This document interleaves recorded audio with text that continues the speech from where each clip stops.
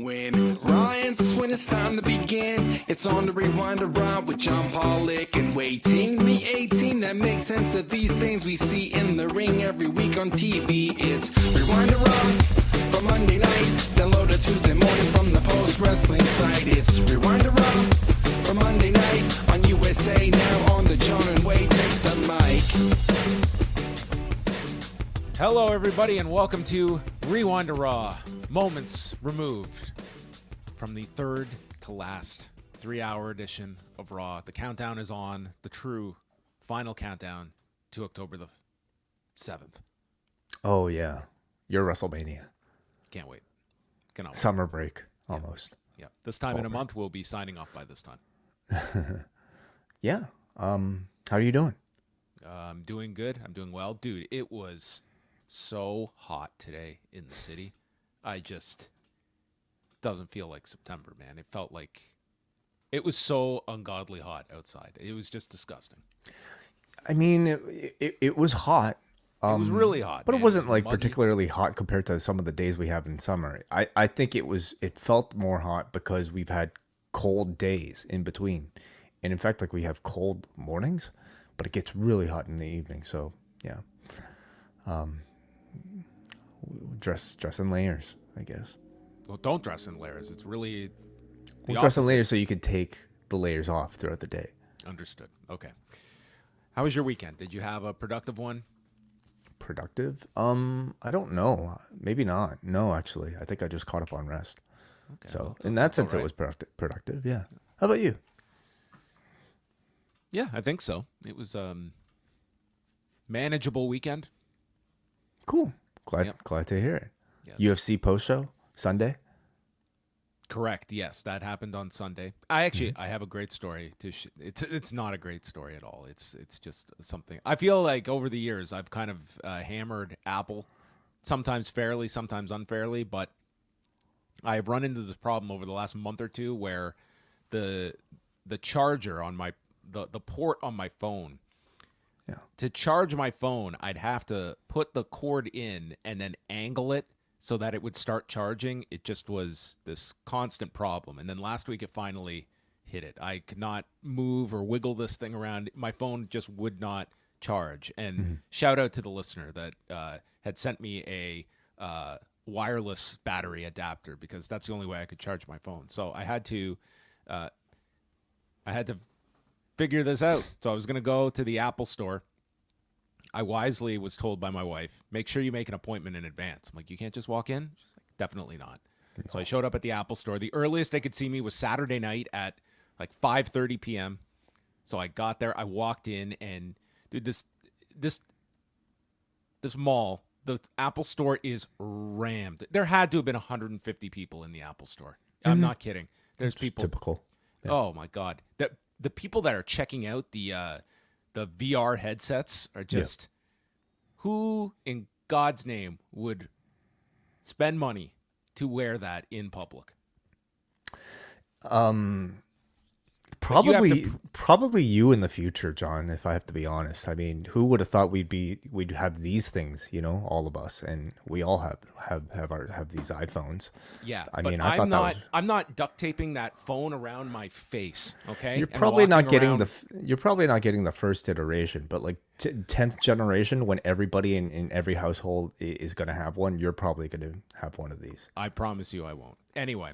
Okay, remind me in 10 years about this. So I walk in. I'm expecting, the UFC pay-per-view is going to have to wait tonight because there's no way they're going to be seeing me on time. But I went up. I said, hey, I have an appointment. Woman comes out. She's like, can you please take your phone out of the case? It's like, I can indeed do that. If you are not comfortable taking my phone out of my case, I will do it. She's like, we have to take it to the back. Is that okay? I'm like, whatever you have to do in the back, that's your business.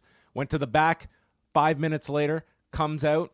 Yeah, there was a lot of stuff in the port. We cleaned it out. It's all good. Do you want to check? I'm like, I would take your word for it, but sure, I'll check. It's fixed. I was like, is this where I leave? She's like, yeah, you're done. It's like, do I have to pay anything? Nope. I was like, wow, Apple, this is phenomenal. I was expecting. I had to put like a deposit down for this thing. And it was like, this is free of cost. This was the problem was just gunk inside the port. That was it. She literally told me, is there anything else that's wrong with your phone that we could do while we're here? I'm like, no, my phone is pretty good. Like, it's not that old of a phone. That's really the only problem. And she ran like this diagnostic test. She's like, yeah, everything checks out on your phone. It seems okay. There's no issue. I'm like, none. I have had a wonderful experience here. I hope you have a great Saturday night. She said, you too. Oh, lovely.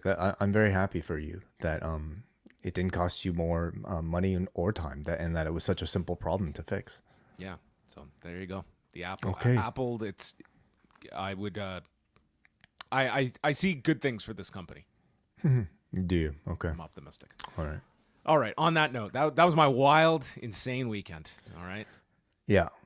You got gunk out of your hey man, charging port. How can you prevent that? I mean, it's not like I'm throwing my phone into like, a sand dune or something, but stuff picks up. It's hard to prevent this stuff. Yeah, you'd be surprised at what gets trapped inside your pocket. It's like this open. You don't have like a port protector. Can I cover this? Like, no, you can't. But there are tools you could buy. You could buy compressed air. That typically helps. But no, maybe take it to the professionals. Let them deal with it. I'm not dealing with it. I had to sign a waiver that they might lose all the data on my phone. I was like, okay, well, worth the risk, I guess. Let's see what happens. Then I would have had a different story to share. Okay, let's get into some things that are coming up. Wai, I was so happy after this. I wish you could have taken a photo of my smile as I was leaving the Apple store. And there are some people out there who are professionals when it comes to photography, and one of whom is going to be joining you Tuesday on the Wellness Policy at 1 p.m. Eastern Time. Is that not accurate? That is correct. James Musselwhite, wrestling photographer, wrestling portrait photographer, I should say as well. He will be joining us on the Wellness Policy to talk about photography, and especially photography as it relates to professional wrestling. He's just somebody that I think we're interested in speaking to for a number of reasons. Number one, just kind of given his unique background, I think, in the industry, and also I think to speak a little bit about maybe his thoughts on the aesthetics of professional wrestling, maybe some of his most favorite iconic images in wrestling history. I'm very much looking forward to this conversation. That's 1 o'clock. At youtube.com/postwrestling, and the podcast will be available for free on the Post Wrestling Cafe feed. So you could sign up for free at postwrestlingcafe.com. You get a lot of freebies there from time to time, but sign up for $6 and you get everything. Take the plunge. Just do it. Yeah. It's not as cheap as getting your iPhone fixed, but it's still a great deal. Well, you got your phone fixed for nothing, so it's actually more expensive than that. On we move. We've got developments on the AEW media rights front. Courtesy John Oran, the media rights heavyweight, is weighing in because he put out his twice weekly newsletter over at Puck, and the headline, Zaz on the ropes. Wrestling related pun. It's time to get down to wrestling related business, and this is straight from his Puck newsletter. These days, David Zaslav is putting some of that $1.5 billion that he saved on the NBA to use. First, there was the French Open deal, then the Savannah Bananas broadcast agreement, plus the CFP, Mountain West football, and Big East basketball packs. Now I'm told that Warner Brothers Discovery is close to finalizing a package to renew Shahid and Tony Khan's All Elite Wrestling.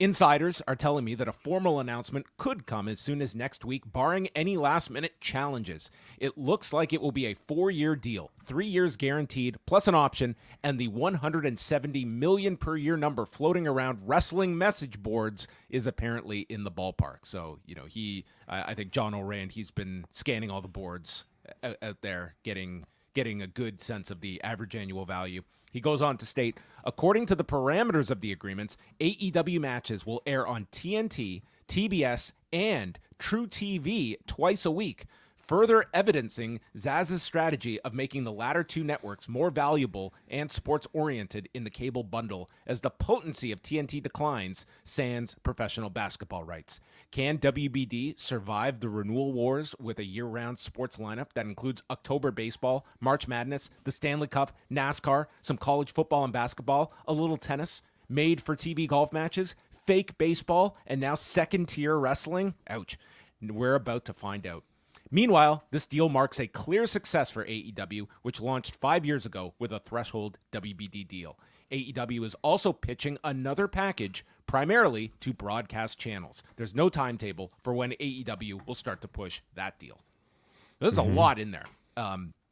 So going with the idea that this is at least a framework for the deal would include TNT and TBS that you would assume would mean Dynamite and Collision staying put. But what would be additional content would be whatever is going to make up this programming on True TV that he is listing at twice a week. Is this going to be reality-based programming? Is this more in-ring content? That remains to be seen, but also giving credence to the idea that after the exclusive negotiating window ended this past summer with WBD and AEW, of AEW shopping to a broadcast network. We have heard the rumors of Fox being out there, whatever iteration of Fox it is. And I guess the other questions here, $170 million per year would be a significant increase over where they are now, but this would also call for more programming as well. So you have to take that cost into account. And as far as we know, what is the sort of ballpark number that's out there right now that they're currently making? So the originally pre-Collision, they were getting just under $45 million per year. Then Collision was added. Brandon Thurston's estimate is that took them up to about $70 million per year. But that's also adding another night of production on Saturdays. And so let's go with the idea of 70. You are adding hours of programming here with True TV, but it's still a sizable increase. Like this, in theory, should take AEW. Like the idea of topping, I would say 115 to 120 million. I think once you were well above that figure, like you're talking like a real good spot for AEW. But there is also the big question about the pay-per-view component. There's nothing in here related to Max, at least in John Oran's reporting, and that's a big question mark as we are looking at if that is going to be baked into this upcoming media rights renewal. Sounds reasonable. Maybe for me, the big surprise is maybe the I think several sounds like additional hours of programming that we might be getting attached to AEW television. I suppose when you break it down, I mean, what do we have right now that's out there? It's Dynamite, Collision. Those two can continue to be spread amongst TBS and TNT. Could a Rampage see its move to True TV? When they say True TV twice a week, do they mean the same programming airing two different times, or could they mean two separate programs airing on True TV? According to the parameters of the agreements, AEW matches. I don't know if that's just John Oran, like just colloquially referring to AEW programming as matches, or if he's it sounds specific to like this is in-ring content. Okay. Would air on TNT, TBS, and True TV twice a week. It's a little ambiguous. Yeah, I don't know if you would be just replaying a show twice a week, or if it's going to be new content that is airing twice per week. But let's go with the idea that this could, in theory, just with those three networks, you're probably looking at 6 hours of possibly 6 hours of original programming there. Yeah. And could be more, it could be less, but we're looking at that neighborhood. The idea of another component if they strike a deal with something outside of WBD, and as well, like the Ring of Honor question is Ring of Honor somehow worked into any of this? Could that be considered the deal outside of WBD? I mean, that's not the rumor, I suppose. The rumor is whatever the shockwave thing is, right? I don't know how much interest you're going to have in an ROH outside. I mean, there was an interest of ROH inside. All we know is that CW did kick the tires on ROH programming. But, I mean, that could be something in all of this as well. The key thing is $170 million. But, again, that goes against what are your increased costs. I mean, if you're talking about the idea of another program, like let's say they get an FS1 deal, a 2B deal. Like if you have to add another night of taping, like that's taking on even more cost at that point. Like how much can you work into 2 nights of tapings given all of these hours that you are responsible for? Sure. For the $170 million though, maybe hard for me to think that they would add a whole additional night to provide that. I mean, I think at present they have two separate tapings of which they could produce two different programs. You have your, mainline Collision and Dynamite, and then the hour before or afterwards that you could use to film matches for a Rampage or potentially this new show. And that they're currently using to, for a mixture of Ring of Honor, and that, you can clearly use that space instead of for Ring of Honor for something else. And I mean, it all sounds like it's really good news if this, this report turns out to be true for AEW.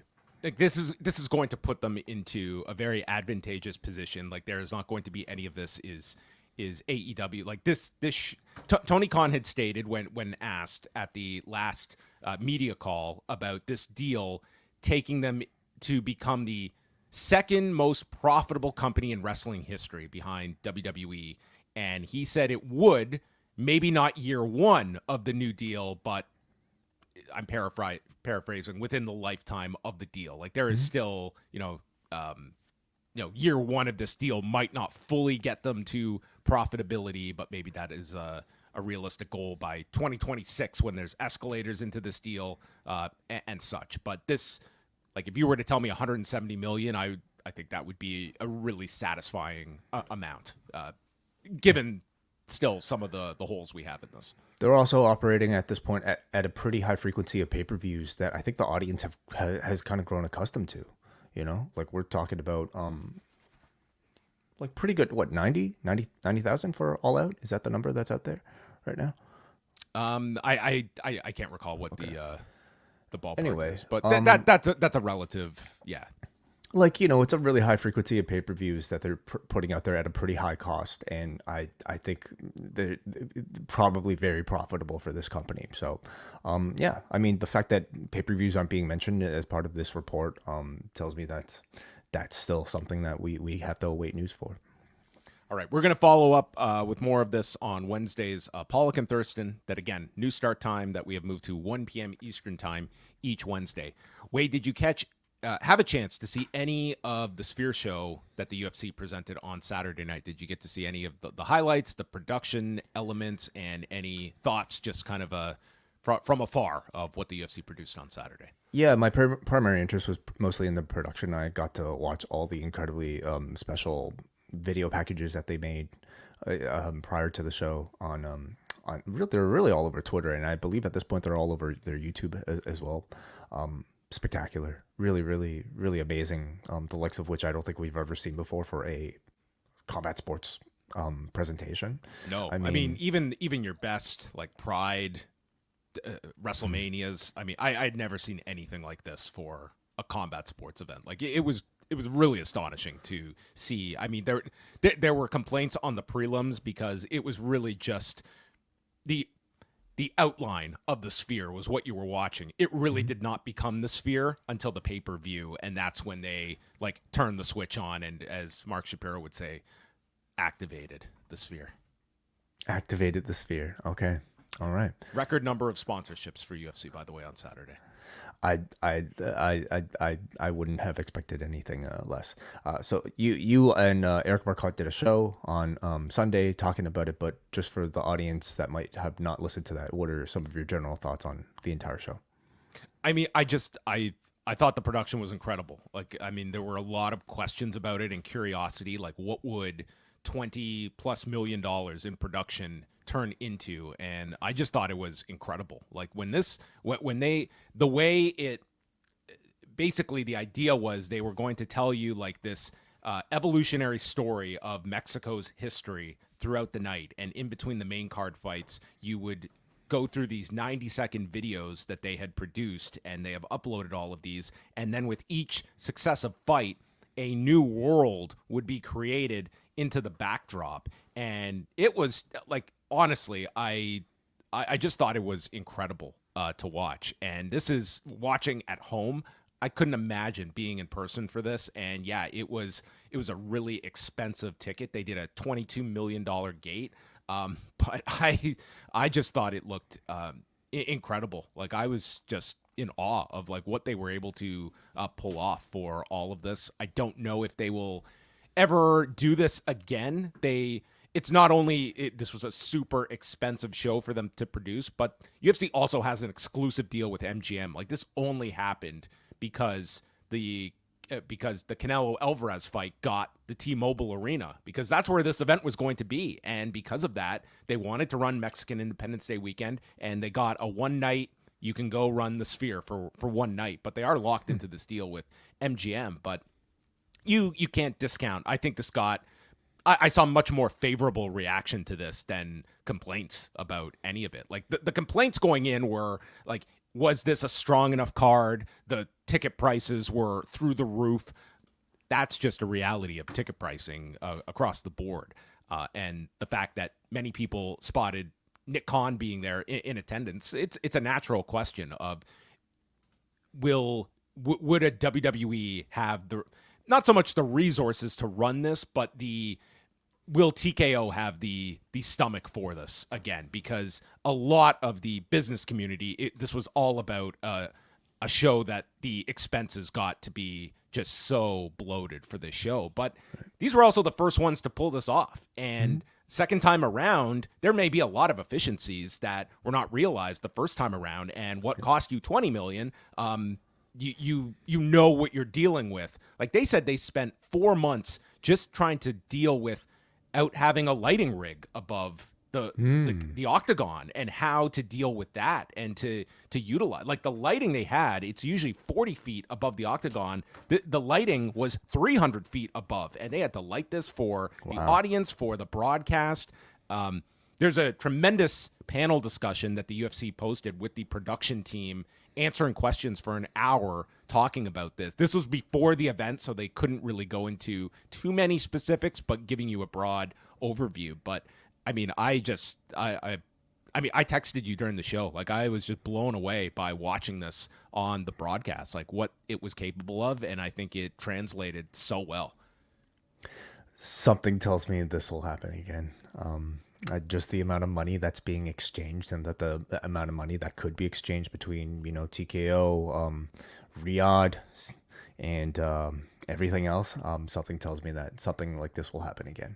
Yeah, like, as much as, TKO is going to be watching every expense, and this was a big one. Brandon Ross at Lightshed Partners had heard the sponsorship from Riyadh season was around $20 million. So you pretty much had Riyadh season kind of write off the production expense, and then it's the gate that I'm sure the UFC is taking in a pretty healthy amount percentage-wise of. There's the pay-per-view licensing from ESPN. It was a record amount of sponsorships. Like, UFC made out just fine from this show, but it was an exceptionally costly one to run. But I mean, what a advertisement for your branding and the amount of people that are going to see this. And to me, it was an outstanding commercial presentation for the UFC itself. And maybe just, expanding our ideas of what a combat sports event could look like. This really felt like it was almost like half IMAX movie, half, UFC event. And I find that very novel. We had, of course, Robert Pearson, who attended the event, on your review with Eric Marcotte. So you can listen to that for his live take. How much do you know an average ticket price, or at least like what the range might have been for tickets for the event? I mean, the top end were like over $12,000 for tickets, and even as low as they got by Thursday or Friday, I don't think there was a ticket like under $700. Okay, like, even at the end. So we're not talking prices that are so outrageous that I don't think a wrestling market could stomach it. At least at this point. Like, if you asked me maybe 5 years ago, yeah, I feel like those prices are too out of reach for wrestling fans. But these days, no, not really. And WWE doesn't have doesn't have that agreement with the MGM Grand. So what would stop them from doing a big show like this? Yeah, I don't. These are very high ticket prices. Like, I don't know if you would find that same demand among wrestling fans. Like $14,000 a ticket. I mean, that's okay. That does seem like a really high end, but like, I guess the low end doesn't feel that crazy anymore, John. The low end, yeah. It's well, it's beyond Nick Khan being there. I mean, Bob Iger was there from Disney, but also Jeff Bezos was there from Amazon, and that certainly got a lot of buzz as well. Like, UFC is going into their contract year, and I think this was noteworthy that Jeff Bezos was there. So like 90% of the world's money was inside the sphere, is what you're saying? Yeah, and the ironic part is all of those people, they probably got comps to this thing. Yeah, sure. All right. Also, just want to make quick mention, won't run through all of it, but I did get to watch the CMLL anniversary card from Friday night at Arena Mexico. Terrific atmosphere for their 91st anniversary. You think we'll make it to 91 years, you and I? Of course we will. Yes, be optimistic. We'll be with our VR glasses, everywhere. Yeah, of course. So in a, I guess, debated move, they went with Chris Jericho and Mystico in the main event above the four-way mask match that they had. And I have to say that Chris Jericho can now say he has headlined the Tokyo Dome, he has headlined WrestleMania, and he has headlined a CMLL anniversary card. This was very reminiscent to me of WrestleMania 18, where these two, following that mask match, they were going to have their work cut out for them. And I have to say, having watched it, sometimes we watch these, and by the end of it, it's like, okay, I disagreed with this going on last, but it made sense based on how the finish went or so-and-so. This was one where, yes, Mystico is your major star. Jericho, from a just casual name recognition, was going to be the biggest on the show. However, the drama and intensity of that mask match was so incredible. And it wasn't like Mystico and Jericho had a terrific match either. The ending of it was, Mystico won 2 falls to 1, despite what you were told on AEW's social media or on Collision. Jericho did not win this match. And afterward, he attacked. It's weird. He comes earlier in the night. They attack Orange Cassidy, him and Big Bill, and they're doing the learning tree gimmick. He comes out to Judas. So he's going back to like his old character, but then he gets on the mic and it's hi guys, and reverting to the learning tree character. And the end sees a beatdown of Mystico, and Orange Cassidy runs out for the triumphant save. This all happening on a CMLL anniversary card where the final image is like Orange Cassidy putting his sunglasses on Mystico and then exiting the ring. I just think, like, this audience, I don't think they were here for this particular feud. I think Chris Jericho brought a lot of added attention, but I do think, in hindsight and for many in foresight, that ending with the mask match, I just don't think you can replicate that kind of an atmosphere on a sold-out Arena Mexico, the drama of a long-standing figure like Euphoria, who has been wrestling since 1990, being unmasked, and they had a hell of a match. It went 36 minutes. The drama was incredible. They got down to Hechicero and Euphoria, and they went a significant amount, just the two of them, after the eliminations of Esfinge and Valiente. But that would be a match I would highly recommend. And Cubs fan did a report for us on the site as well. He also did a rundown with his thoughts at luchablog.com that I thought was a really good breakdown of the show as well. But it certainly, I think Jericho added more non-CMLL attention to it. But I mean, I think people underscore just how important the masks are. Those characters were in the mask match, that I feel that going on last, I don't think you would have run a risk of the crowd just bailing after Chris Jericho's match. I think it would have been, and even Jericho afterwards, doing a promo afterward, I mean, I think he even noted the fact that, the air is really thin here. And I mean, the La Mystica finish at the end, it did leave a little bit to be desired. Yeah, unfortunately, maybe just judging by some of the headlines coming out of the show, it unfortunately is another sort of notch on the misses that you could say of Chris Jericho's 2024. I mean, I don't know what people's expectations might have been for a match like this, but I don't think it's been very well reviewed. And seeing some of the highlights myself, you could definitely doubt whether or not it deserved its place on that card. And I think the follow-up with the sort of strangeness of the AEW announcing that he's won the match certainly didn't help things either. Yeah, well, the card, it was a very entertaining card. I think that like there were some misses on the undercard, but I did think overall like it was a pretty enjoyable show, a pretty lengthy show too. Like it went over 3 hours, but the mask match seemed to be the consensus highlight, and just the whole post match was they handled it really well, and the crowd was just biting on every near fall of what it would mean for whoever was going to lose the mask. All right, some other things before we get to Raw. NXT, we did not get to cover this over the weekend, but they will be doing their first show on CW, October 1st in Chicago at the Allstate Arena. The following week, October 8th, was supposed to be at the Enterprise Center in St. Louis, Missouri. And the last count from WrestleTix was around 2,100 tickets out, and they have made the preemptive move to take the show out of the Enterprise Center, and they are now going to Chesterfield, Illinois, although still promoting it as St. Louis on tonight's broadcast when promoting tickets. It will be at the Factory in Chesterfield, Missouri for October the 8th. And I guess a realization that they were not going to be having a suitable enough audience at the Enterprise Center for this show that is being advertised around Randy Orton's appearance. Kind of reminds me of us in trying to book Yuck Yucks this summer. Oh, yes. And just looking at our ticket sales and being like, how do we get out of this? And WWE maybe we went to Chesterfield. Yeah, we went. Exactly. Yeah. I mean, what can you say? I guess Randy Orton is not really the sort of big difference maker. Although, like, what are numbers right now for the CM Punk show? They're over 6,000 at this point, but it's not like it's that's knocking them dead either. Just Punk appearing. I mean, it's a reality of where the NXT brand is. Has it grown since the early NXT 2.0 era? Of course, but we are not at the idea that was being thrown around when the move to CW was, and taking this on the road. Like this is not a brand that is mature enough to be going on the road on a weekly basis, and that's with piggybacking off a main roster star that you would not have at your disposal weekly or even selectively. But piggybacking off of a PLE crowd that's there already for a main roster PLE, for instance, that has worked out great for them.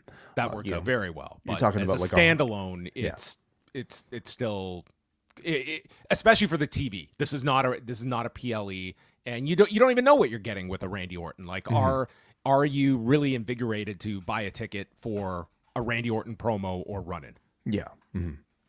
So anyway, that's the latest there. And then last thing we'll talk about here are the first numbers for SmackDown on the USA Network. The numbers are in. 1,723,000 viewers on Friday and a 0.55 in the demo. So they actually ended up beating the demo audience that they posted on Fox for their last show the week prior. And this is in many million fewer homes for the USA Network, but this was not going against an NFL game on Peacock. But it was the number one program on cable on Friday night.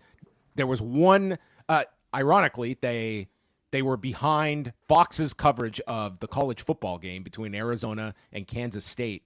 And boy, Fox got this graphic out to promote how big their audience was on Friday night and how big it was up over the previous week's Friday night programming on Fox. Ooh. Which is, I mean, it's not inaccurate, but very deceptive when it was such a lower than usual SmackDown. But I mean, WWE's out the window and it's time to. They seem like they had such an amicable breakup. Okay. On the last episode, there's that nice little tribute to Fox. Just thank you. See you again next time. And then the week after, come on. It's just slinging mud here. Look at this. So, yeah, a 0.55, very, very good number for their first week. Also, in Canada, so this is the way things work now in Canada. When we report specifically the SmackDown numbers up until this past Friday, it would, here in Canada, if you do have a Fox affiliate, then you would be able to have access to SmackDown on both your Fox affiliate and Sportsnet 360. Here in Southern Ontario, you probably have the Buffalo affiliate of Fox. So if you're watching on Fox, that is not calculated into the Sportsnet number. So now you only have one place to go for SmackDown in Canada. You don't have the Fox affiliate. So the number was up, and I'm sure some of that was the the reasoning for Fox, but not entirely. Like, I've seen weeks where it hasn't aired on the Fox affiliate, and it's not like it gets a crazy increase. But for this week, it ended up doing 334,700 viewers, which would be the largest SmackDown audience I've seen in Canada that I've been tabulating these numbers. It's easily the biggest of the year, huge number in Canada. And there was a residual effect because Main Event followed SmackDown. That did like 125,000 viewers. And then they did a replay of SmackDown at 11 that did another like 58,000 viewers on top of or 55,000 viewers. So it was a big audience that was tuning in for SmackDown on Friday night in Canada. Everybody wants to see what this new logo looks like. Do you have an opinion, John? Yeah, I'm willing to give SmackDown a chance. I'm not going to cast aspersions. It's a logo. I don't know. It all blends to me and looks identical. It's fine. We'll all be used to it. We'll be used to it in few days. What about the theme? Do you like the theme? I like it. Yeah. I like it. For all the like complaints about any of it, it was like after AC/DC. Can anyone even name what the theme was after AC/DC got dropped? No. Wasn't it some generic like rap thing? I can't tell you. That's like how much the theme means. So it's like I can't get too bent out of shape over stuff that just totally blends into the background for me. Mm-hmm. I couldn't tell you what the Raw theme is right now. It's not anything on the top of my mind. No. I won't be doing it at wrestling karaoke anytime soon. Okay, well, there you have it, folks. Your news can always be found at postwrestling.com. Wellness Policy on Tuesday, Pollock and Thurston on Wednesday. Thursday, Wai and I are presenting Rewind-A-Wai. It is a 2-hour edition of Raw. We're getting ready ahead of things with a 2-hour Raw from December 6th, 2004, headlined by Trish Stratus and Lita for the WWE Women's Championship. And it is a Raw hosted by Chris Jericho and includes a Divas Limbo contest. Is that right? Okay. Oh, yes. Yeah. So the first women's main event on WWE Raw. And I'm guessing not the first Limbo contest in WWE Raw. That's history. Something we're going to have to check the archive for to see. It might have been the first Limbo contest. I mean, they had done musical chairs by this point. This might have been the first Limbo contest. But all right. Yeah. See what the Divas are subjected to fill a segment in 2004. Progress takes time. Yeah, I don't ever see that segment memorialized like the main event is on this show. Well, let's watch it and see if it's watch worth. the whole show. We will and get our thoughts memorialize back to you. Yeah. Thursday, Rewind-A-Wai, postwrestlingcafe.com. $6 gets you 30 days access and your ability to access our archives, access to our weekly Rewind to SmackDown Collision Course shows, and later on this month, Destruction in Kobe, and also returning this week, MCU Later. Get the H out. That's right. Correct. Yes. This sorry, it took me a second there. This Thursday actually. Yeah. This Wednesday, Agatha All Along is debuting on Disney Plus, and every week WH and Rich will be joining us with a special guest to talk about it. So that's Thursday. I believe the first 2 episodes are actually dropping at once on Wednesday. Oh my goodness. So it's a lot of Agatha right away. Oh yeah, it is. And the Vince doc is out next week. This week, the Dump Matsumoto series comes out on Thursday, and then next week is the Mr. McMahon series. Okay. A lot of Netflix coming up. Yeah. Mm-hmm. And tonight we go to Raw, which will be on Netflix in the coming months, but tonight on the USA Network from the Moda Center in Portland, Oregon, 10,018 tickets distributed per WrestleTix. And of all our arrivals, Wai, I was not expecting this. CM Punk, fresh off his injury of 2 weeks ago, drives up in a minivan and puts it in park, gets out of the vehicle, leaves it running, and the door open, which has to be a signal that him and Jack Perry have buried the hatchet if they both are participating in the same driving patterns where they pull up their vehicle, leave the door open, and keep it running. Yeah, apologies. I think John's audio might be a little bit jumbled there. You know, you turned a little bit into Optimus Prime for a second, but hopefully I'll get that all cleared up by the time people download this. So I think I was able to make out what you're trying to say, John. You're saying CM Punk and Jack Perry have potentially made up because of their similarities in behavior, driving, leaving their keys in, and just walking straight to an arena. Yes, this was quite the entrance. Maybe it's maybe it's the Lee Fitting effect that's really bringing everybody together. You know, all bridges I think could be mended. It could be. Are the bridges and my voice mended? Now your voice is fine. Yeah. Okay. So CM Punk, fresh out of his minivan, proceeds to come out to the ring, and he is often asked how many matches he has left, and the answer is way more than you think. And he has a mortal enemy now in Drew McIntyre. This has to end at Hell in a Cell. He may have been naive to think it would all be over after touching 4 turnbuckles. And he got jumped in Chicago. His wife and dog have been dragged into this, which they really have not been dragged into this, have they? A bracelet has been dragged into this. Their names have been dragged into it, you know. So, yeah, once you bring their names in, then yes, they have been dragged into this. Okay, well, it's we're not getting any home invasions or kidnappings, are we? No, I don't think so. Not on WWE TV. It's not going up to Larry's crib and leaving a T-shirt or anything like that. So he states that this is the second time he's been sent to the hospital by Drew, but he's too stubborn because he didn't get the job done.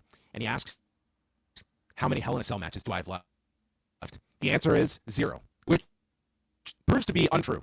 He then explains how his younger sister and his wife have asked him not to do this, but he is going to do this. And he's going to explain why. Because the devil is here. He has been pushed too far. He cannot promise he will kill Drew McIntyre, but he will make him bleed. And you're going to have to kill me because I'm prepared to die. And I'm prepared for my heart to stop. And if this is the end of my career, so be it. I will see you in hell. Till death do they part. Hey, John, so while I talk about this segment, why don't you log out and log back in so that we can see if this thing fixes itself. Apologies, everybody. We've been dealing with this issue that I don't think we're the only podcast dealing with that's running on StreamYard. So it's a big move for us to move away from StreamYard, everybody. So I am in the process, though, of figuring out where our next platform is. But apparently it's not just an issue that we're dealing with. My thoughts on this segment, everybody. I thought this was a great, simple promo from CM Punk. It was a different type of like slower delivery than what we've seen from him.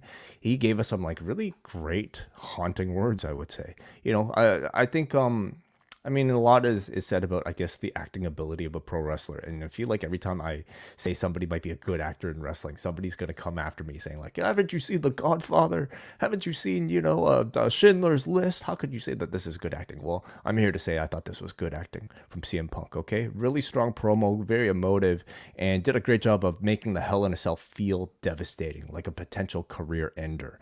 We got a promise of blood here in this match, so we'll see how they deliver it and how much of it they actually deliver. What did you think about the segment, John? I thought this was a great promo. That's it. That's it. Yeah. That's all you have to say. Nice and simple. simple. Keep my words short and sweet. You sound fine right now. And then he left. He came all the way just to deliver this, and he's off. He's off to Orlando for NXT tomorrow night. Well, listen, the car's running. You know, it's like didn't pay for parking.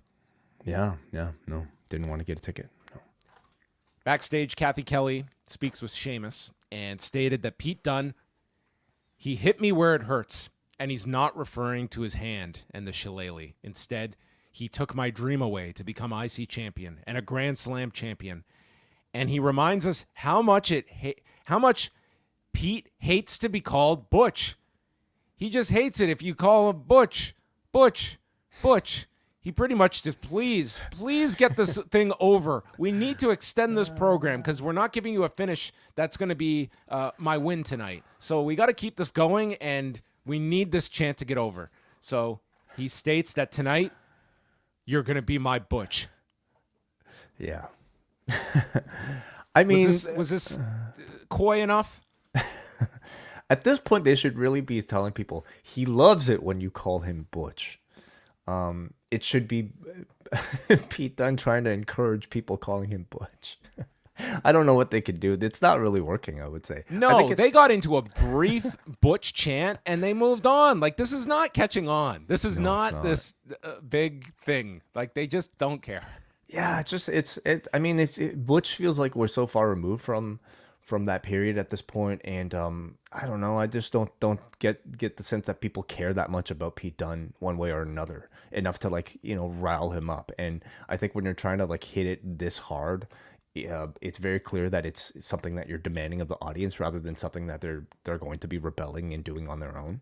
So I don't know if this is salvageable or if they just need to figure out a way to maybe amend it or just maybe proceed with the storyline without getting the audience to chant Butch.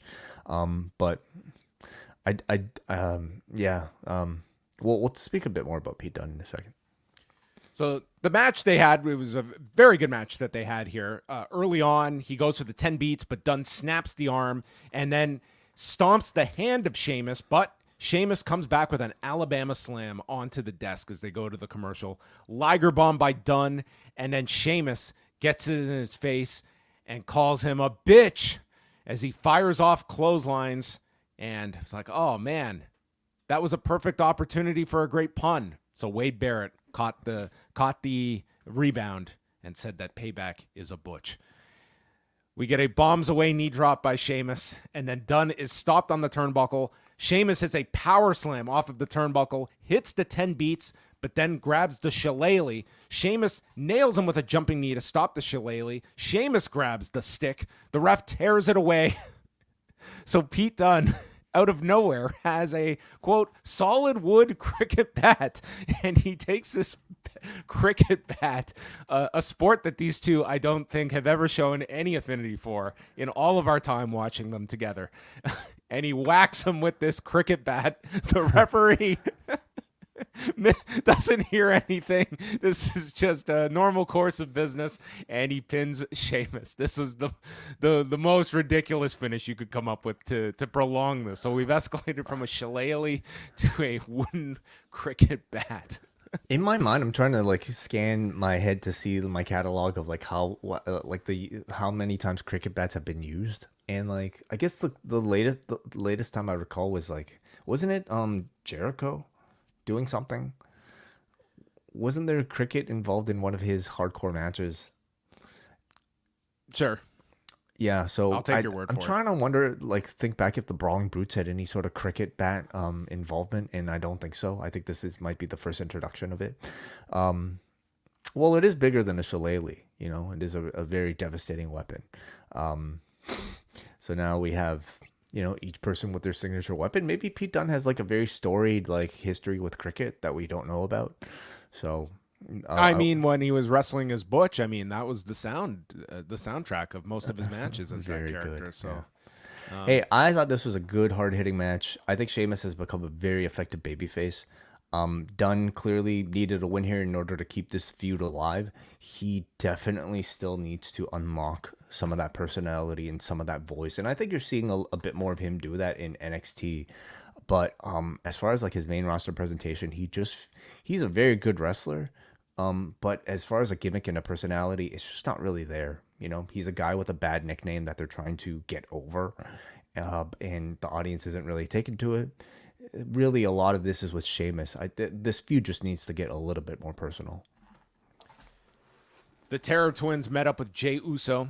He said he'll be watching Damian Priest back, but he'll stay backstage. Xavier Woods comes in and states that we have a tag title match with the Judgment Day tonight, and we want to go it alone tonight just to prove that we still have what it takes, and asks them to stay backstage, and they agree. They also had the look on their face that, like, yeah, we were not too concerned about you guys, but noted. Yeah, sure, you guys do it on your own. Yeah. They had a replay going back to SummerSlam when Dominik made out with Liv, with what Wade Barrett identified as an X-rated smooch. I don't know about that. It was banned on TV in a way. Like they went off air before it actually happened. But a kiss? Yeah, the first time they kissed. Well, this is the SummerSlam kiss. Oh, the SummerSlam one. Yeah, I wouldn't say it was X-rated. Yeah, I don't know. I don't know what kind of porn that Wade is consumes, but this was, maybe this was an extreme. Interesting. Kissing porn. Braun Strowman is warming up, and the Miz walks in, and Braun's doing curls, and he shows his bicep that looks a mess. Didn't seem good. And Miz says, "What did you mean last week when you said that I'm no match for Bronson Reed?" And Braun is like, oh, I didn't mean anything by it. You've had a great career. And Miz says, yeah, I'm a Grand Slam champion. And Braun says, I just mean sometimes it takes a monster to beat a monster. And Miz concludes he is not a monster. Right, yeah. This was the one segment that I think was maybe a little bit harder to decipher. I mean, I guess this would tell you that Miz versus Braun Strowman is going to be Strowman's follow-up program to Bronson Reed, which would actually be, I think, a very disappointing follow-up use of Braun. But what if Miz splashes him on top of a car? What if Miz drives him over with a car? Okay, yeah, that would be pretty bad. But at the end, you're still getting Braun Strowman versus The Miz, which I don't think could be a worthwhile follow-up to what they're doing. Yeah. I mean, they are teasing right now a Miz something, Isn't this what they just do with Miz? They just tease that he's turning on R-Truth. They tease that he's going to do something with Braun Strowman. They just tease stuff with him, but you don't actually have to pull the trigger on any of this. Well, clearly this was here for a reason, and I mean, we await to see what that reason is. Natalya versus Zoey Stark. Stark hit her with a springboard missile drop kick. We go to break, come back. She goes for another springboard missile drop kick, but Natalya sidesteps, hits a German, and Joe Tessitore, fact-checking everything here, notes that these two previously had a match on Main Event in March. All right. I know that. So this is a rematch way. And the Z360 is countered. Natalya goes for the sharpshooter into a jackknife cover, back and forth covers, ending with Natalya getting the schoolboy and pinning Stark. And Stark is livid. She's so upset at this loss. I actually thought technically this was a pretty good match, In ring, it was strong, well worked, but the reactions to it were very quiet. Really, there's nothing all that interesting about the characters here. Low in personality. I would say kind of low in intensity as well. And they're giving Natalya some wins, building off of the momentum of her return. Maybe setting her up for a TV title match with Liv Morgan is maybe about as far as I might see them take it here. Or just maybe a bigger feud with, PFC? PFC. Yeah. I want to see all those combinations multiple times first, and then we can graduate to championship programs. Kathy Kelly catches up with Rhea Ripley and asks her about the knee, but before we get an update, Finn Balor walks in and said, he just wanted to tell her, you're just as bad as Damian Priest. We were a family, but you two only cared about yourselves. You guys are the reason I didn't win the title last year. Rhea says that she will not allow Finn Balor to rewrite history. And we were family. We tried to make opportunities for everyone, and you're going to see just how bad we are at Bad Blood. And then Balor says, yeah, I told Dom to go for it with Liv and leave you. So Jay walks in. Is there a problem? And Balor says, you should prepare for your IC title match because you're out of your league against Braun Breaker. And Jay just stood there, and he just digested this. This just seemed like a therapy session for Finn Balor to get a lot off his chest. Oh yeah, clearly was holding a lot in. This also felt like, oh yeah, remember all those teases we did with Liv Morgan? This is the closest we're going to get to tying all those loose ends up about Balor and Liv spending so much time together. Yeah, like with the hotel key card and everything, like this felt like it was their way of maybe just closing that whole thing up and acknowledging that Finn has been in cahoots with Liv Morgan this entire time. I mean, I thought Rhea sounded pretty good here. She had some of the most, I would say, substantial and demanding dialogue we've seen from her, having to sell this sort of, I guess, betrayal from Finn Balor here, and I thought she did well. Jey Uso comes out, and Joe Tessitore puts up a Keep Portland Yeet sign. Yeah. He says, come on, that's a good sign, man. And Jay... Keep Portland weird. Weird? That's their catchphrase. Yeah. Oh. One of their slogans. Yeah. Well, Braun Breaker is addressed here, and he comes out, interrupts, and states how first Breaker gets into the ring to interrupt and says, "We got any dogs barking in Portland?" There were some dogs barking in Portland on Monday. That would just be the most painful reaction. People just did not bark back. So he told Jay, "You should have stepped away. You've been here for 14 years. You're a big star, but I've done more as a single star in 6 months than you've done in your entire career. And I did it without my father and my uncle. I didn't need their name. I'm a breaker." And he says that, "I'm a dog. That's what I do." "And I'm going to expose you next week because you're nothing without your family." Jay says, "You know, I've been winning titles here since you were in diapers. I'm going to dog walk your ass next week, and we'll see what you're made of and if this is going to last or if it's going to end up short and sweet, just like your NFL career." The crowd was like, "Ooh." And Joe Tessitore sneaks in. He was a great football player. And Braun strikes him, goes for the spear, but it's Jay that spears Braun, and Braun rolls out to the floor as we get our setup for the match that is happening next week on the program. I'm realizing that I think a great deal of our audience's enjoyment of these podcasts is to just hear you recapping lines that these wrestlers have to say. I'm a dog. That's what I do.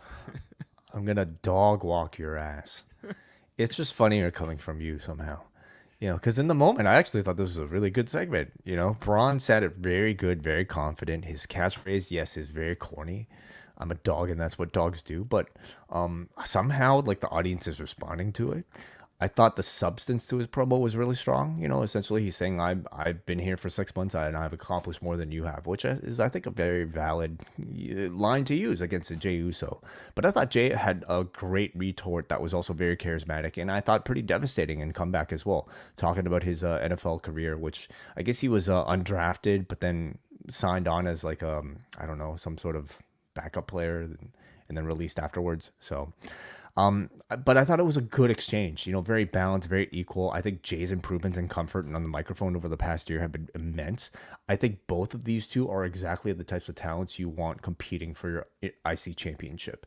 And, you know, we're pretty far removed now from the Gunther reign, but still, like, we have to take a step back and just be able to recognize, like, they've done a great job of rehabbing that championship to the point where I think it's actually being perceived now as something that is very valuable to win for either a Jey Uso or, you know, to retain for a Braun Breaker.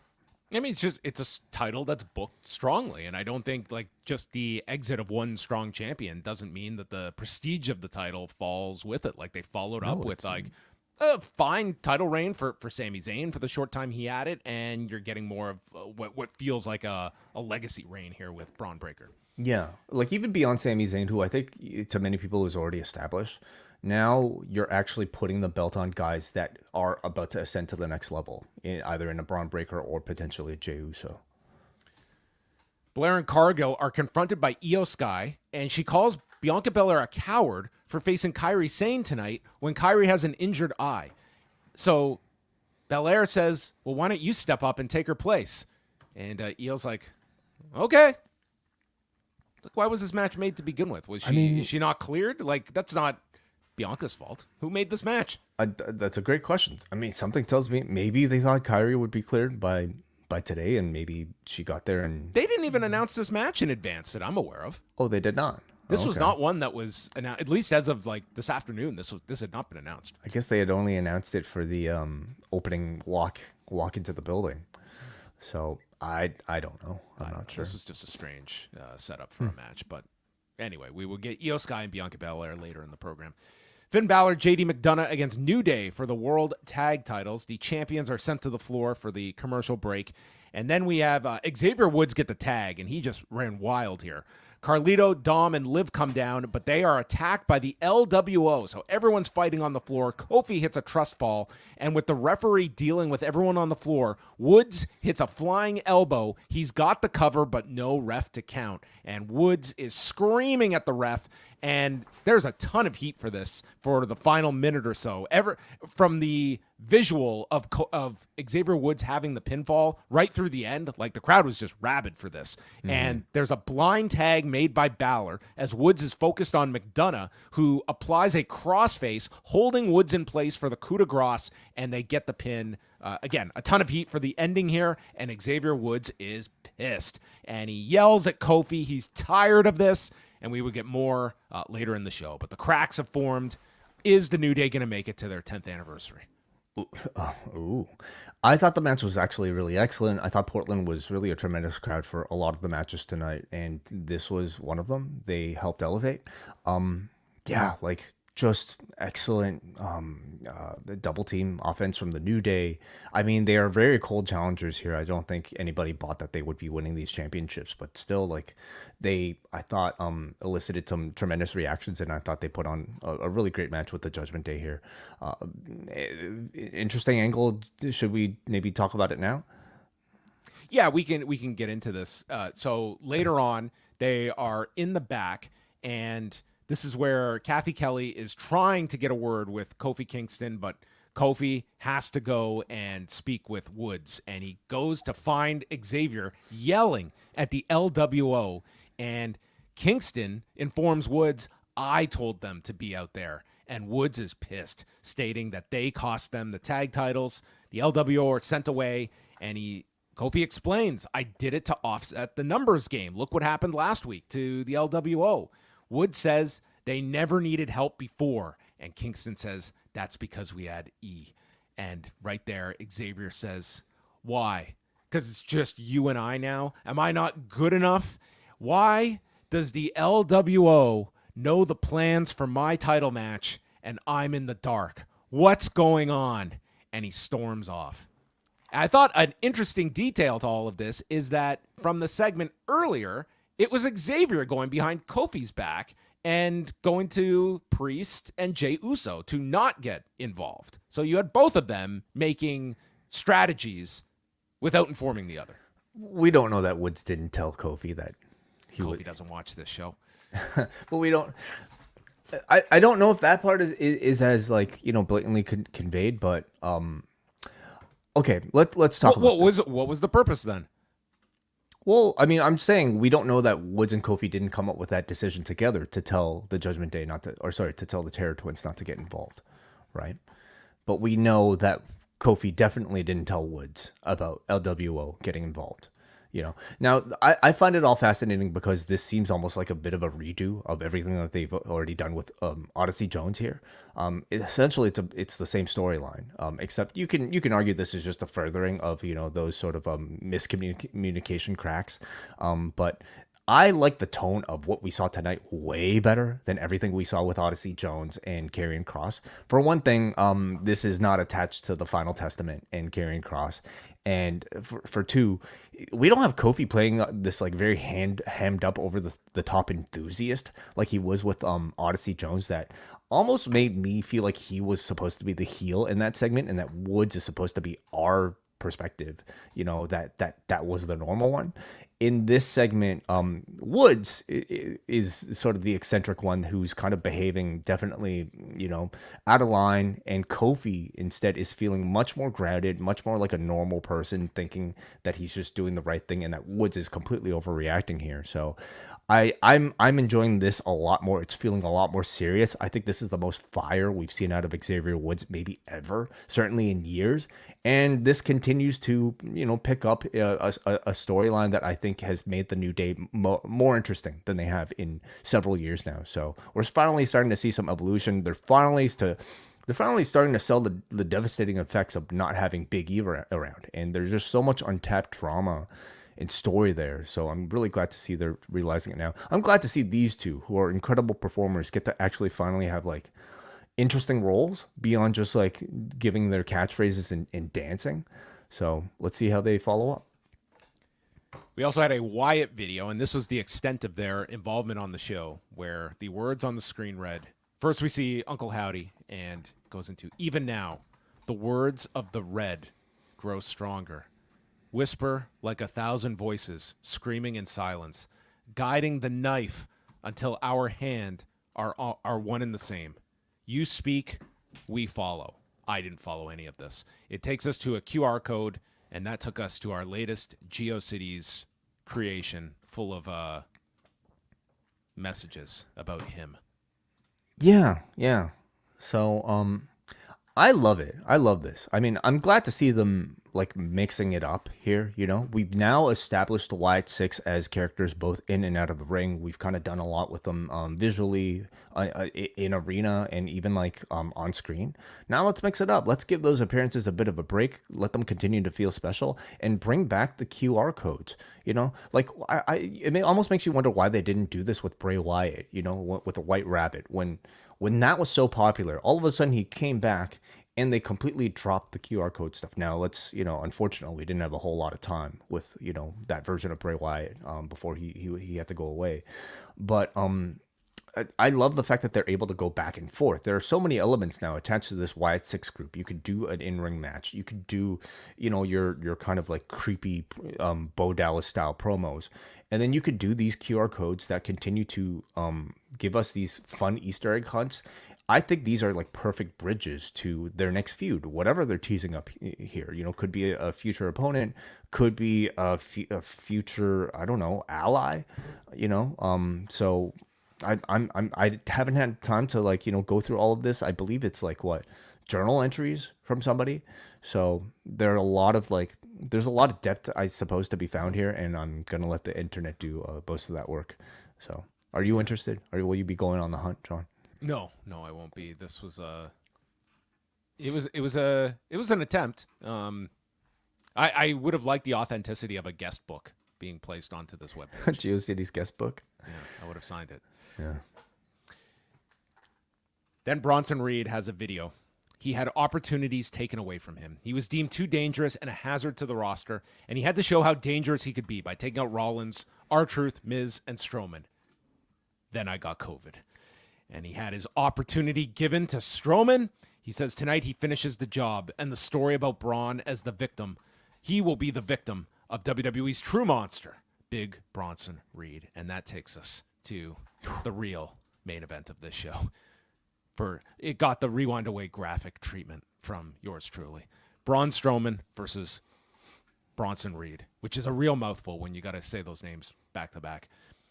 Reed comes out, and he immediately runs at Braun, missing him, and goes into the corner, snapping the top rope, which comes off, and the crowd is just mesmerized. They're like, wait a minute, we're not supposed to see the ring come apart. This is crazy. And it sets the tone immediately. The bell never rings, and Braun hits a choke slam and then goes for the freight train.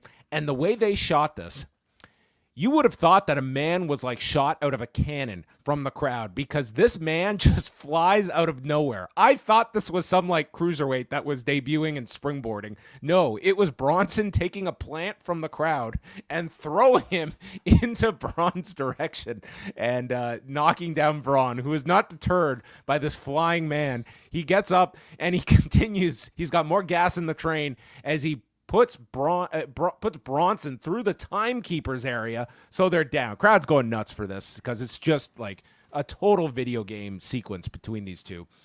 And Braun is left laying as Reed is being taken to the back, and the crowd boos this. So Braun follows, and they fight into the back, and it picks up. They tease that this is ending, but then they reset, and we see the two tackle one another into a production equipment setup. Braun just decides to tip over a golf cart, and in doing so, the golf cart takes his attention away because he turns around and is hit by a tsunami through a table, putting him through. But then he gets up from the tsunami and tackles Bronson through a wall as Adam Pearce is on the scene.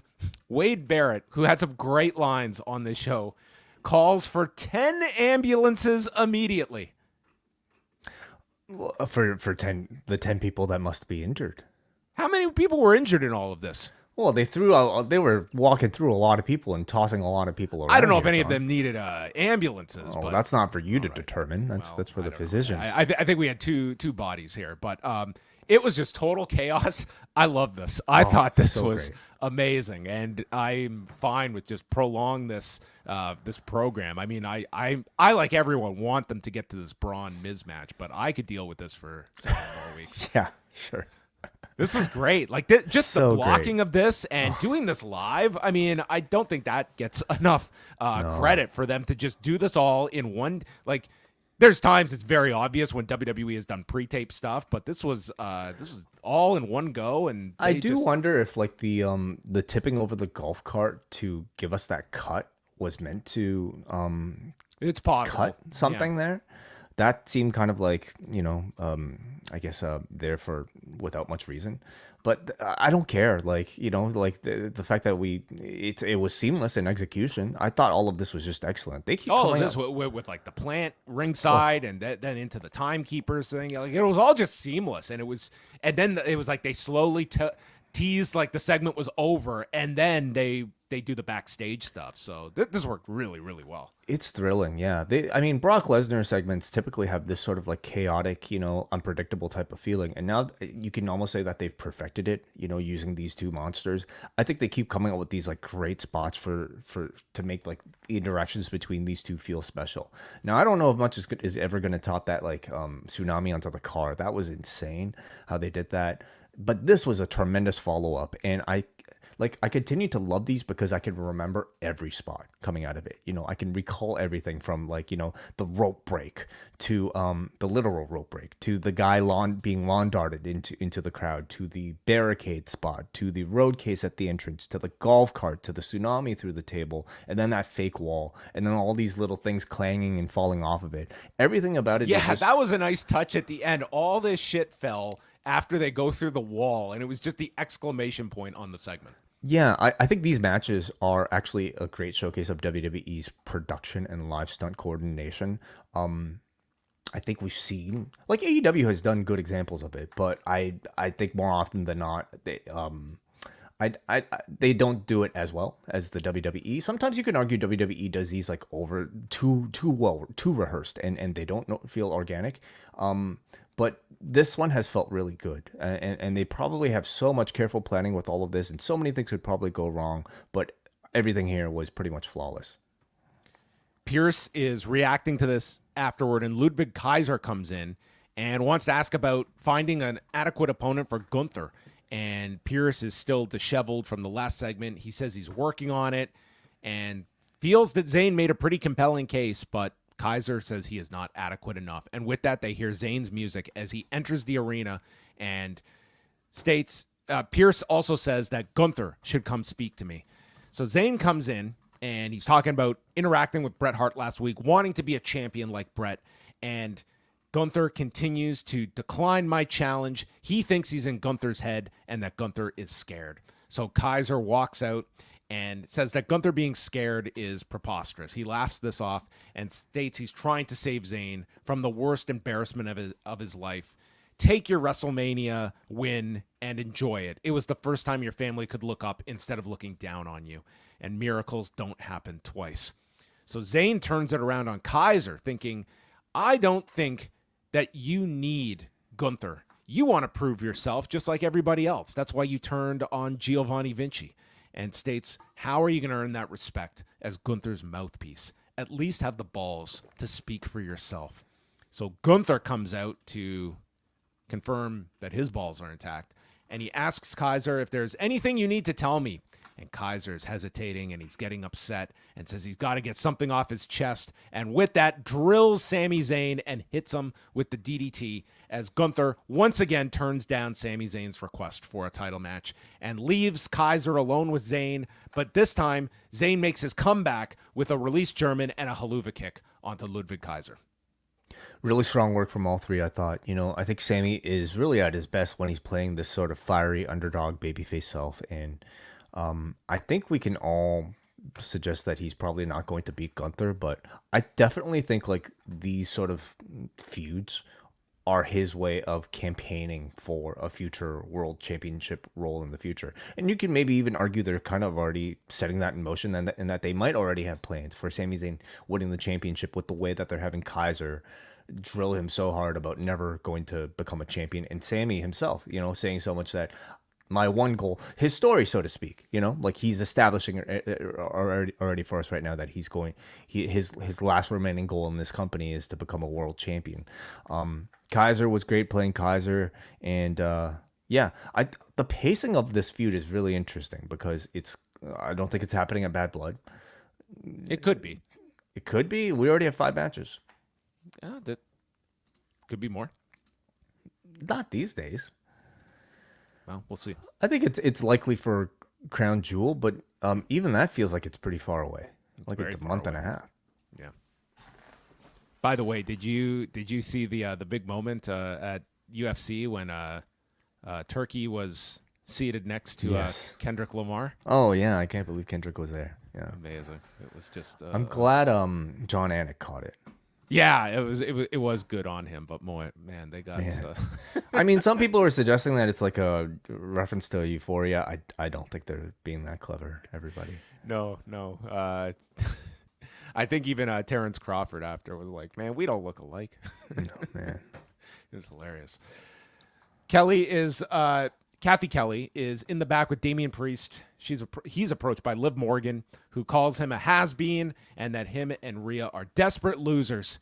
Priest says, "You're the only one in the Judgment Day who has a set, and Rhea is going to put them down your throat, and I'm going to end your scumbag boyfriend."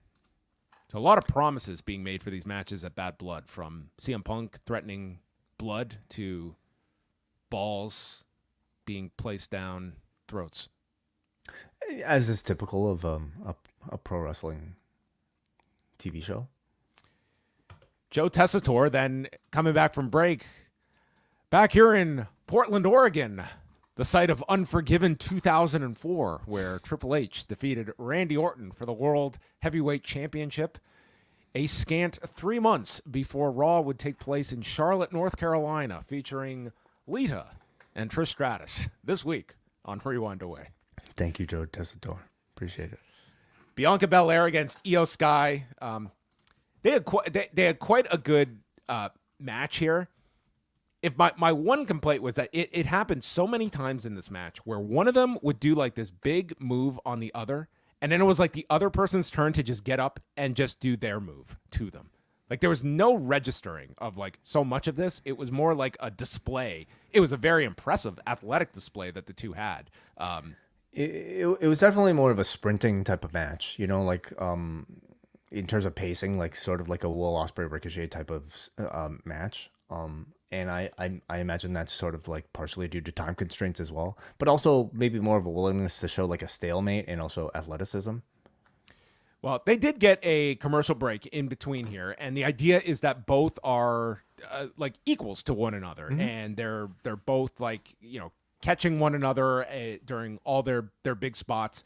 IYO would respond after 10 punches in the corner with shotes and hits a double set of knees into the corner. Tilt-a-whirl gutbuster by Belair, and then a missile dropkick lands for IYO. Sky gets dropped on the top turnbuckle, and after the handspring moonsault lands, Belair gets a 2 count and then tries to military press Sky, who blocks it, turns it into a bridging German, and then Sky hits this crazy tope suicida onto Bianca Belair.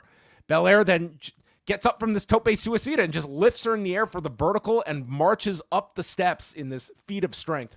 Tries for the 450, lands on the knees, and then IYO tries for the over the moonsault. She's lifted up for the KOD, turns it into a small package, and gets the win. Joe Tessitore called this.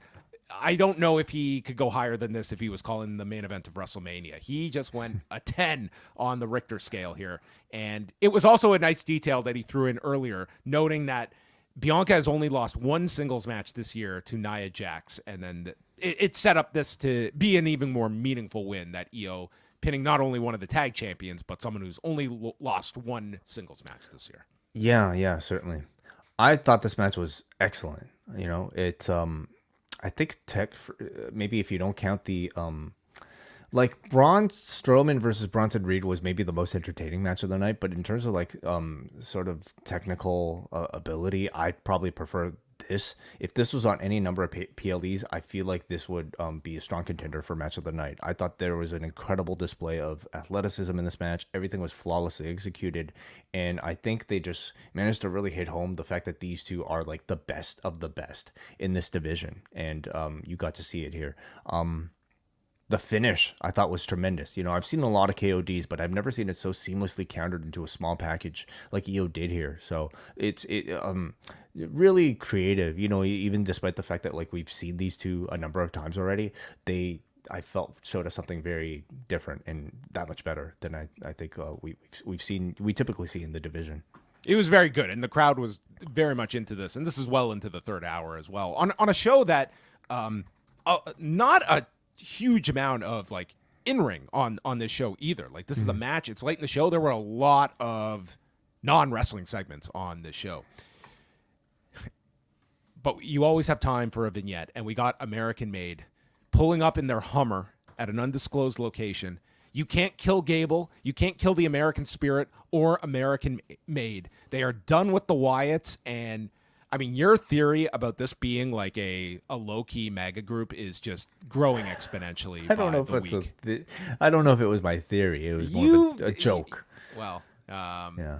I don't know. This was they're leaning into this. Well, without they're playing into the stereotype, which I think makes for a great sort of like they're playing into everything obnoxious that somebody might think about America.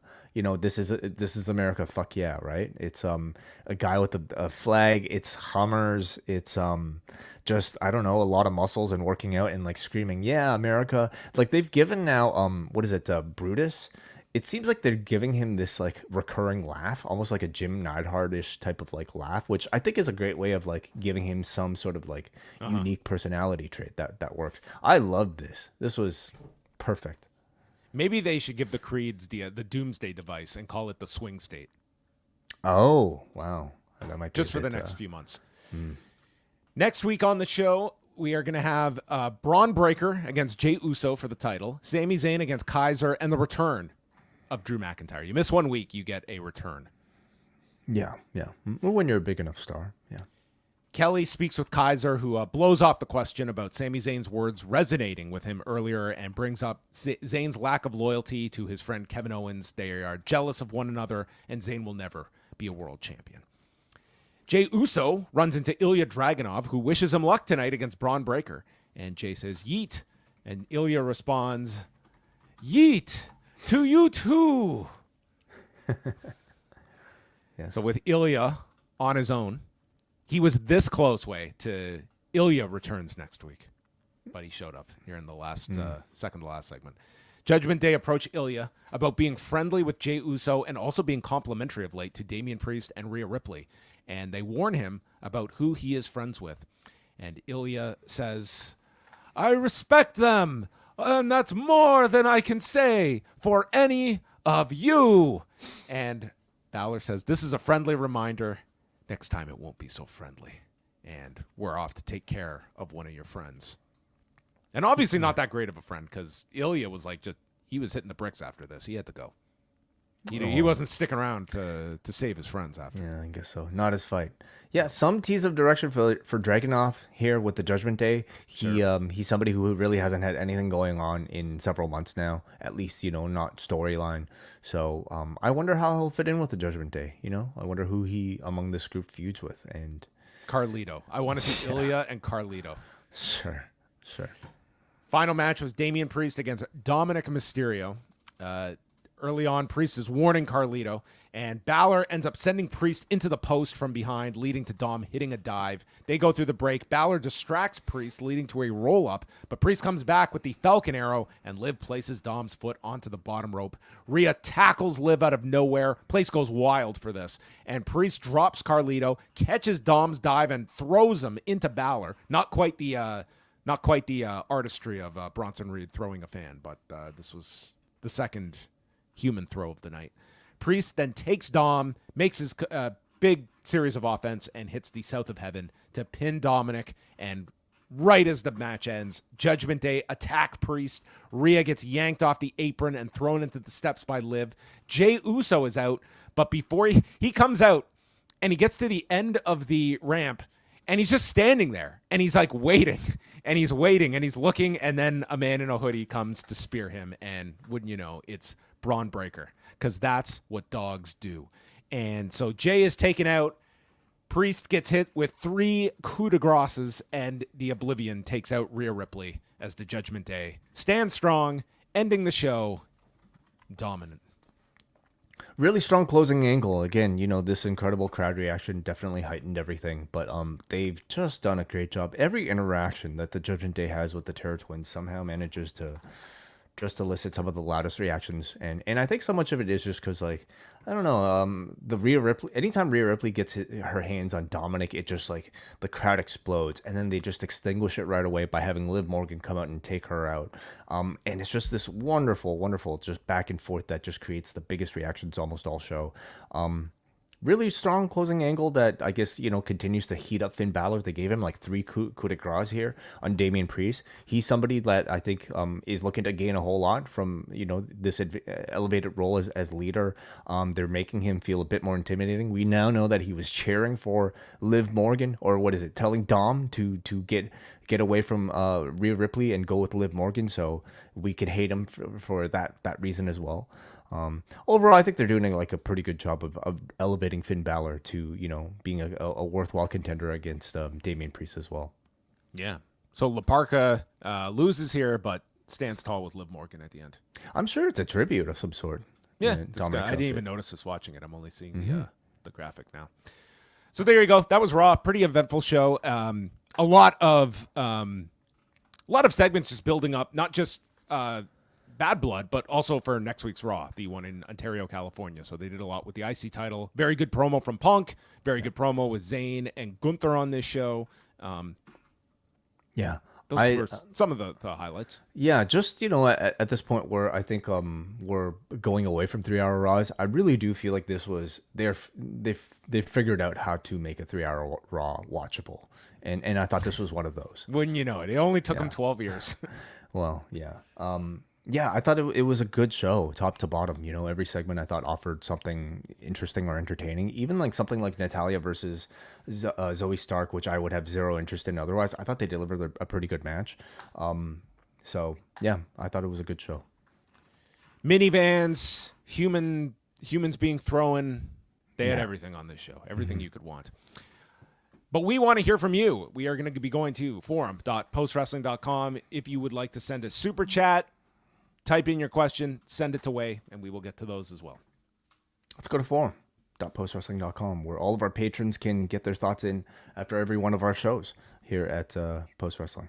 We will start off with Surin, who is at the show tonight in Portland. I wouldn't consider myself the biggest CM Punk fan, but I've never seen him live before and was looking forward to it. But the Moda Center traffic was the 7th circle of hell, and I found myself gridlocked for over an hour, and I missed Punk's entire segment. Man, he should have taken the directions Punk had to get backstage in the minivan. I live 3 miles away and honestly probably could have walked there faster. Oh well, his promo didn't seem too substantial. What an unfortunate miss here for Surin. Getting Io against Bianca was a nice surprise. The crowd was super hot. The men's tag title match was also really fun. I don't know if it came across on TV, but there was a big ass forehead chant aimed at JD, and he seemed to play it up. Oh, I didn't notice.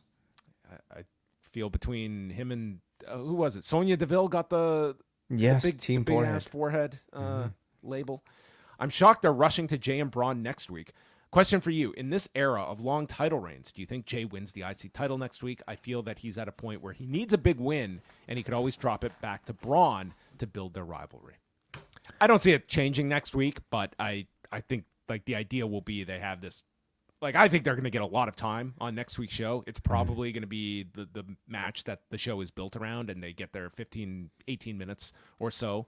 And I don't think it's in a state where Jay has to win, but I think he should come close. Hopefully it's a very heated match. And a loss, I mean, there's the question mark if he's going to be involved in any of the bloodline stuff in the lead up to Survivor Series. Is he involved, or is he divorced from all of that? Well, the expectation, I'm sure, is there. Yeah. So, I mean, when we talk about Jay, we have to also talk about Sami Zayn and what his plans are. Sami, is campaigning to face Gunther right now, and I don't know if I see Jay doing a whole lot until Sami's wrapped up with that.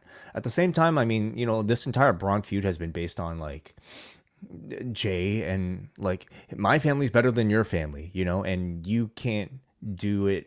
You can't become I guess, strong contender without the help of your family. So it wouldn't surprise me too much to like even see some family involvement, maybe in the form of a Jimmy, like as early as like next week. That wouldn't be out of the question. But now's not the time for Jay to win the championship. Braun's still establishing himself. I get the sense that whenever Jay does win the title, they might want it on a bigger stage with a longer chase. So yeah. I don't think we have to worry so much about Jay. Like, he loses and he's still going to be one of the most popular guys, I think, on this roster. Let's go to Muggin, who says, a good show highlighted by Punk's Hell in a Cell address. If that doesn't justify that Punk McIntyre closing Bad Blood, what will? Roman is going to have to take a back seat. Fight me on that bloodline stands. Yeah. I get the sense that they're going to close with the Hell in a Cell. I mean, they're all over the posters. It's the feud that's the closing the trilogy. So I see that one. Bianca Io was good. Reed Strowman delivered more kaiju level chaos, and New Day is on shaky ground. Judgment Day standing tall is feeling like a rerun. I mean, it's there is a lot of Judgment Day on the show, but it is progressing where they are building to these matches that they do have involved. I don't disagree that they're kind of feeling like reruns where like one week, the baby faces have the advantage. Next week, the heels have the advantage. But man, listen to these crowds. This is like the type of back and forth that they want, Could they stand to use a little bit more of like raising the stakes somehow, like some more lasting injury? Maybe tonight. Like I thought, what Balor was going to do with the coup de grace, I thought he was going to injure Priest's leg, so that the Terror Twins could have twinning leg injuries heading into their matches. But they did not do that. But still, it's like right now we're about building Finn Balor, especially getting him to a level of a Damian Priest. So I thought that was productive, but I also don't disagree that some of it does feel like a rerun. All right, we go to Matthew here from Nashville. He wants to talk about the AEW TV deal. If the $170 million does not include the pay-per-views going to Max, then this is a great deal for AEW. This would be a 243% increase over Brandon's estimate of $70 million. Even if the pay-per-views are included, I would still argue it's a really great deal. I'm not Brandon, nor would I want to try and fill his shoes, but if you estimate that AEW does 8 pay-per-views per year at $50 US per pay-per-view, and the average buys are 130,000, that would be about 6.5. We're getting into a lot of numbers here. Is it at 8 right now? I thought it was more than that at this point. Is it still at 8? At 8 sounds right. I'd have to double check that. Right. Anyway, he goes on to state here, not a terrible package, but if they can get $40 million extra for PLEs from Max, I think the media rights would be a home run, notwithstanding the network deal. And he also speaks on the Sphere event. It was definitely the draw of the UFC 306 show, which ended up having a strong contender for Fight of the Year with Daniel Zellhuber and Esteban Ribovics. I believe the Observer remarked that an average ticket price of $1,500 US was good to cover the estimated building rent of $16 million US. So factoring in production costs, you would probably be closer to $2,000. It was definitely a spectacle, and I think a Mania weekend TV would sell out. But this is not a consumer-friendly approach. They're really targeting the upper. I don't know about that. I don't know about selling out a SmackDown. 16,000 people spending that amount for a SmackDown. So Hall of Fame for a TV. So is it profitable even if they don't charge those ticket prices? Probably not that high. But does it need to be that high?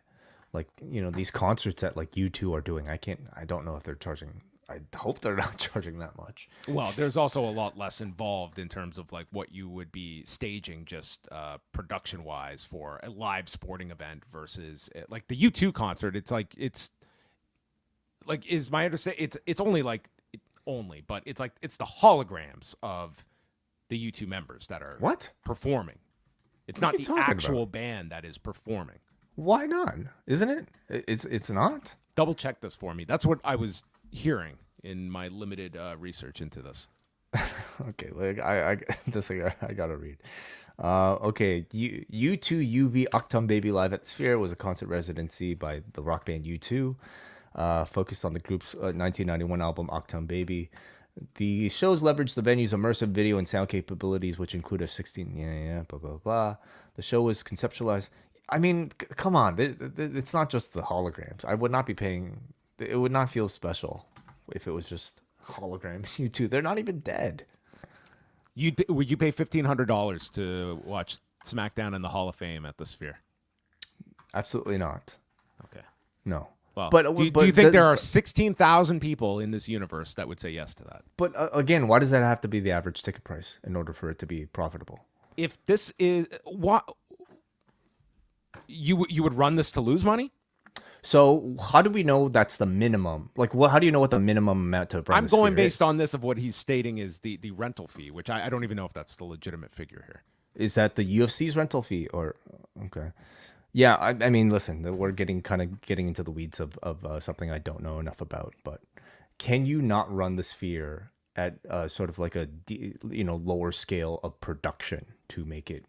I wouldn't even do SmackDown there. Like I would do like an actual event. Like I would do a PLE. Yeah, I just if you're talking about that, it's like what if you're not using all the attributes of a venue like that, well then just book T-Mobile, book another venue. It doesn't seem like a great venue for a Hall of Fame induction. I mean, it could. This thing was not built for sports. Like this was not built for this in mind. What the UFC pulled off is remarkable, and I think it is going to inspire others to that were not thinking about like I'm sure they were not thinking of doing like a basketball game at the Sphere, and maybe they still aren't, but it's going to open up the idea of what can be done in the Sphere. U2 playing the Hall of Fame with Fish playing SmackDown. Okay. And Megan Thee Stallion on stage. Yeah, that sounds like a great lineup. Hologram U2 playing the Hall of Fame. All right, we have one more for. Oh, is it my turn? All right, let's go. Lastly, to Annie. By the way, 9 AEW pay-per-views this year, 8 last year. Annie Rude says, one of the best episodes of Raw this year, and I had a blast with it. My favorite thing on the show was CM Punk's promo. His cadence was very good and did an awesome job of giving Hell in a Cell the gravitas it lost in the 2010s and selling it as the violent spectacle it's meant to be. Feud of the year. Lots of other good stuff on the show, including the Jay Braun feud, Io Bianca and Braun angle, and Sheamus Dunne. Raw is by such a distance the best WWE show every week. It has the best roster and a writing team that treats characters and storylines with care. I was listening to Dave Meltzer on the Laps Fans Starcade 84 review recently, and he stated that Dusty Rhodes shot too many angles when they were hot and burned out their audience, making the booking stale. Similarly, do you guys think that doing too much fan service and giving the audience too much too quickly was one of the key factors behind AEW's cold stretch earlier this year? Giving the audience too much too quickly. I'm curious to know what Annie means by that. What constituted too much too quickly for this year of AEW, or even last year? I mean, the argument has been in the other way that AEW prolonged a lot of things, maybe even too long, of introducing things, and they would go on for longer periods of time as well. Right. Yeah. So I'm not exactly sure. I see where that line of thinking might be. Nor do I necessarily feel like booking too many angles is like the issue right now with AEW. There are a lot of discussions about what the issue might be, I think, but primarily it's the fact that I think WWE is enough to satisfy most people's wrestling palates. Well, you're not going to be getting less programming. You're going to be probably getting more. Be the conclusion from this show. All right. Thanks, everyone, for the feedback and getting through any audio issues on our end. And we are going to be back Tuesday. Tune in at 1 Eastern for the Wellness Policy with Neil, Jordan, and Wai. And plenty more to come this week. We will have Pollock and Thurston and Rewind-A-Wai on Wednesday. So keep up to date with everything at postwrestling.com and dive in at postwrestlingcafe.com, where we will be releasing both MCU later and an edition of Rewind-A-Wai later on this week, along with your regular favorites, Rewind to SmackDown and Collision Course. That is it for us. Good night.